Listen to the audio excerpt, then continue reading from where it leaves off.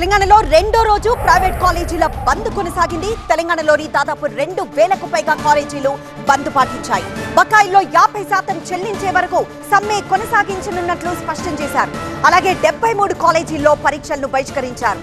అంబేద్కర్, ఇందిరాగాంధీ విగ్రహాల దగ్గర వినతి పత్రాలు ఇచ్చి నిరసన తెలియజేశారు. తక్షణమే 10,000 కోట్ల బకాయిలు విడుదల చేయాలని, బకాయిల్లో 50% క్లియర్ చేయాల్సిందేనన్నాయి కాలేజీ యాజమాన్యాలు.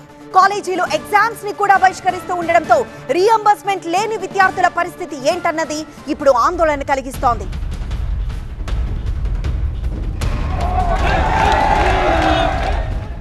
మరోవైపు ఖమ్మం, వరంగల్, నిజామాబాద్ జిల్లాల్లో ధర్నాలు చేశాయి విద్యార్థి సంఘాలు. ఫీ రీఎంబర్స్మెంట్ బకాయిలు చెల్లించాలని ఉన్నత విద్యామండలి కార్యాలయాన్ని ముట్టడించాయి బీసీ విద్యార్థి సంఘాలు. విద్యార్థి సంఘాల నిరసనలో మాజీ మంత్రి శ్రీనివాస్ గౌడ్ పాల్గొన్నారు. ప్రభుత్వ తీరుపై మండిపడ్డారు. బకాయిల వల్ల ప్రైవేట్ కాలేజీలు దివాళా తీశాయన్నారు.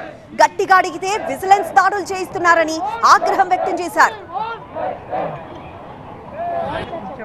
చదువుకున్న విద్యార్థులు ఫర్దర్ స్టడీ చేయాలంటే డిగ్రీ చదివిన వాళ్ళు పీజీ క్వాలిటీ సర్టిఫికేట్ తీసుకోవాలి. మరి ఫీజీ రీఎంబర్స్మెంట్ రానందుకు వాళ్ళు సర్టిఫికేట్స్ ఇవ్వట్లేదు. ఏదైనా ఉద్యోగం చేయాలంటే సర్టిఫికేట్ తీసుకపోలే, సర్టిఫికేట్ ఇరకపోయిన సర్టిఫికేట్స్ అన్నీ కూడా ఇలా కాలేజీలో వాళ్ళు దివాళా తీసిపోయారు.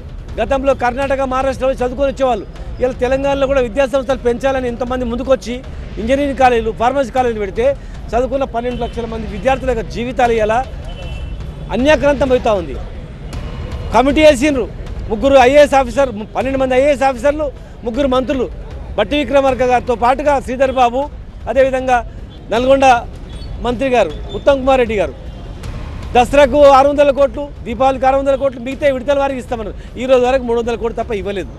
ఇలా గట్టిగా మాట్లాడితే విజిలెన్స్ దాడులు చేస్తారు. అంటే వీళ్ళు భయపెట్టిస్తారా, జైల్లో పెట్టిస్తారా, దాడులు చేసి కాలేజీ మూసేపిస్తారా? వీళ్ళ వల్ల అవుతుందా? అది జరిగితే వీళ్ళు ప్రభుత్వం ఉంటుందా? కుప్పకూలిపోతుంది.